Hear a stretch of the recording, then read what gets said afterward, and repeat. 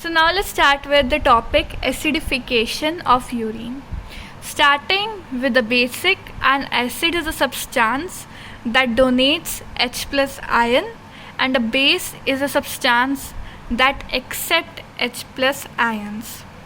Then there are two forms of acid formed in our body. First is the carbonic acid. Carbonic acid forms H2O and CO2, and CO2 can be eliminated from lung. So carbonic acid is called volatile acid, and all the other acids are non-volatile or fixed acids. In spite of production of acid and base, the body fluids are maintained in an alkaline state, that is pH of 7.4. Then what are the sources of H+? First is, after metabolism CO2 is produced, and CO2 can produce H+ by reacting with water, and it's a major source of H+ ions. Then high protein diet, then renal generation of H+, or secretion of H+, or reabsorption of H+. Then there are three processes by which acid can be removed from the body. So first is how to remove free H+. We can remove free H+ by combining it with any blood buffer. Okay, so blood buffer is hemoglobin and bicarbonate, and then we have intracellular buffers which are phosphates. Then carbonic acid can be removed by lungs via respiration, by removal of CO2. Then reduction of non-carbonic acid by renal elimination of H+. Okay. So if it is carbonic acid, we will exhale CO2, and if it is renal non-carbonic acid, our kidneys will excrete excess of H+ ions. So our main concern here is renal regulation of acid-base balance. First of all, as acid is removed by kidney, so our urine will be acidic and our body pH will be alkaline. So firstly we will see what are the sources of non-carbonic acid. They are same as the sources of H+ ions. After that, let's see role of kidney. So there are two main functions of kidney. First is obligatory reabsorption of bicarbonate ion and controlled reabsorption of bicarbonate ion. So as we discussed in water, there were one obligatory and facultative reabsorption. Same is with bicarbonate ion. There is a fixed value which is called obligatory reabsorption, and if after that the conditions are not normal, there can be some controlled reabsorption also. After that, the another function is that kidney excrete a daily load of metabolically produced non-carbonic acid, which represent a proton secretion too. Means 50 to 100 milliequivalent of non-carbonic acid secretion is equivalent to 1 milliequivalent per kilogram of H+ secretion. After that, what are the major side of urine acidification? In the last video where we discussed reabsorption, okay, so we left with H+ and bicarbonate, so we will discuss them here. So the major sites of urine acidification are distal convoluted tubule and the collecting tubule. Since most of the secreted H+ in the PCT, so in PCT what happens? H+ will form CO2 and water from H2CO3. So what happens? H+ react with bicarbonate ion to form H2CO3, and then H2CO3 break to form carbon dioxide and water. So all of the H+ within PCT is formed from H+ generated by the metabolism. Okay. So what is this trying to say? That all of the H+ which comes from the glomerular filtrate forms CO2 and H2O in the PCT. So therefore the only H+ which comes in the urine is a product of metabolism. Then amount of acid secreted depends upon the events which occur in the tubular urine. It means that if H+ is secreted maximum, so the pH can drop to minimum 4.4. So therefore this is known as limiting pH of urine. If there were no buffers which could neutralize the effect of H plus in the urine, the pH would be reached, this limiting pH, that is 4.4, will be reached very rapidly. Therefore, buffer system of a body is very important. There are three major buffer system: bicarbonate, dibasic phosphate, and ammonia system. So first of all, what is a buffer? Buffer is a substance which react with H plus ion to form a neutral complex, and this is a reversible reaction. So a buffer binds reversibly with H plus ions. Okay, so another thing which we need to remember is that the phosphate are by far most important buffer in the urine, although in the acidic urine the formation of ammonium from ammonia and H plus help to keep the H plus lower. So now let's first discuss the bicarbonate system. For this, let's discuss the diagram. So this is a tubular lumen, this is a tubular cell, so this is a cell of DCT, okay, and this is a peritubular capillary. Now what happens, in DCT there is sodium hydrogen exchanger. So what happens, see, first of all let's see, there is this exchanger, then on the basolateral membrane we have sodium potassium ATPase and sodium bicarbonate co-transporter. Okay, so in the cell there is carbon dioxide and water, which by the help of enzyme carbonic anhydrase will form H2CO3. H2CO3 will break into H plus and HCO3 minus. This HCO3 minus will go along with sodium into peritubular capillary, and this H plus will go into the tubular lumen and sodium will come in.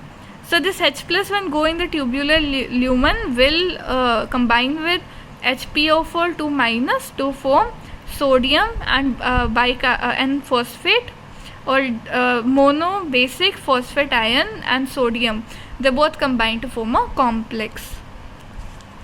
Okay, so this full diagram summarize the phosphate system, dibasic phosphate buffer system. So the HCO3 that was generated in tubular cell entered the peritubular capillary. So there was a net gain of HCO3 minus by the blood.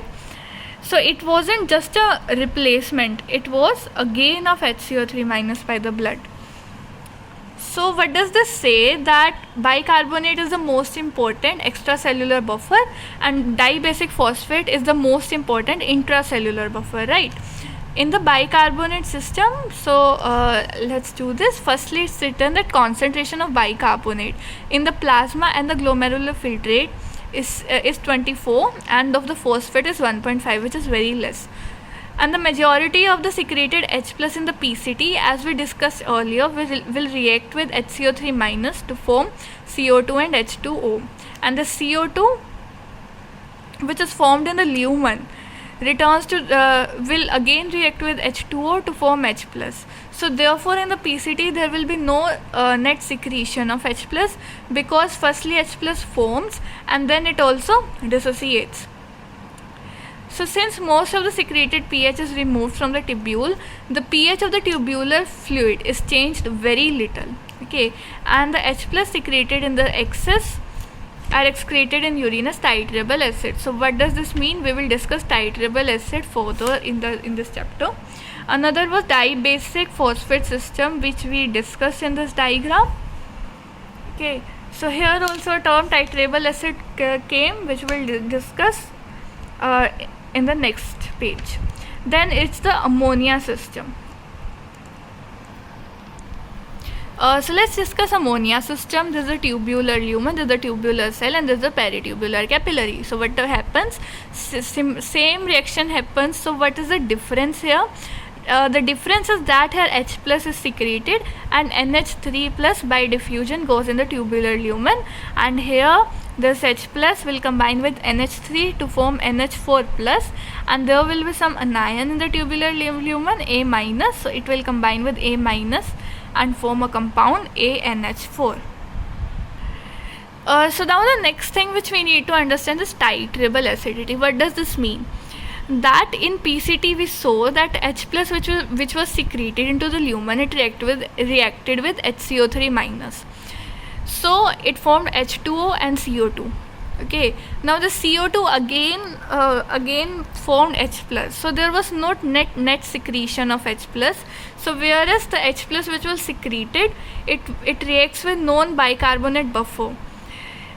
So now what does this means, that if H plus combines with bicarbonate, it is not secreted, right, by the mechanism we just discussed. But if H plus reacted with a non-bicarbonate buffer, it will remain in the renal tubule and it will be excreted. So now again HCO3 minus will be formed, and it is accompanied by excretion of equivalent amount of acid. Okay, so what does this mean? That there was newly synthesized HCO3 minus. So if it is synthesized, it will be accompanied by excretion of an same amount of an acid. So now that acid will be known as titrable acid.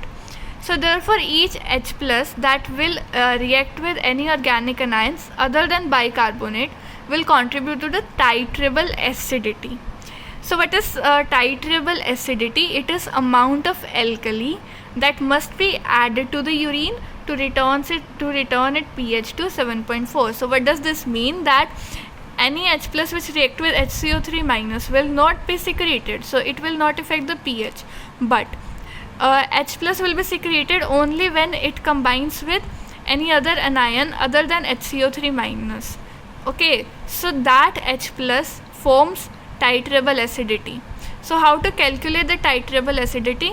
It is the amount of alkali that must be added to urine to return it pH to 7.4. Means हमें urine में कितनी alkali डालनी चाहिए ताकि urine का pH फिर से plasma जितना हो जाए. तो इसका क्या मतलब है कि यूरिन में कितना एसिड सिक्रीट हुआ, कि यूरिन का पीएच प्लाज्मा से कितना चेंज हुआ, तो हमें वो एसिडिटी पता चल जाएगी. अब वो एसिडिटी हमने ये पढ़ा था कि एसिड दो तरह के, कार्बोनिक और नॉन कार्बोनिक. अब जो यूरिन की एसिडिटी है वो कार्बोनिक की वजह से नहीं होती क्योंकि वो H प्लस सिक्रीट नहीं होता, वो नॉन कार्बोनिक की वजह से होती है. तो इसलिए उस एसिडिटी को हम टाइट्रेबल एसिडिटी कहते हैं. तो मोस्टली ये किसकी वजह से होती है? डाइबेसिक फॉस्फेट सिस्टम से. और titratable acidity measures only a fraction of acid. Why? Because it do not measure HCO3 minus, nor does it measure NH3 ion. So PCT is the major site where titrable acid is formed, and then titrable acidity multiplied by the urine volume gives the amount of sodium conserved by renal mechanism of H plus secretion. So what does that means? When we did that, sodium hydrogen was exchanged in the tubular lumen. So this titrable acidity is amount of H plus secreted, so it will be almost equal to the amount of sodium absorbed, right? So to get the amount of sodium conserved daily, we have to multiply titrable acidity by the urine volume. This is normally 20 to 30 millimole per day and may increase in diabetic acidosis. Then in excretion of H plus, we have that amount of H plus excreted is equal to titrable acid plus NH4 plus excreted. Okay, so हमने 3 buffer system पढ़े, bicarbonate, phosphate and ammonia. Bicarbonate वाला hydrogen was not excreted, तो वो तो इसमें आएगा ही नहीं. और जो फॉस्फेट वाला था that contributed to titratable acidity, and we will add the ammonia system. So that will be approximately 40 to 80 milli equivalent of H plus per day. Okay, so urinary ratio of ammonium ion to the titrable acid is between 2.5 and 1, and this ratio remains within the normal range in the diabetic ketoacidosis. So this was a basic revision about acidification of urine.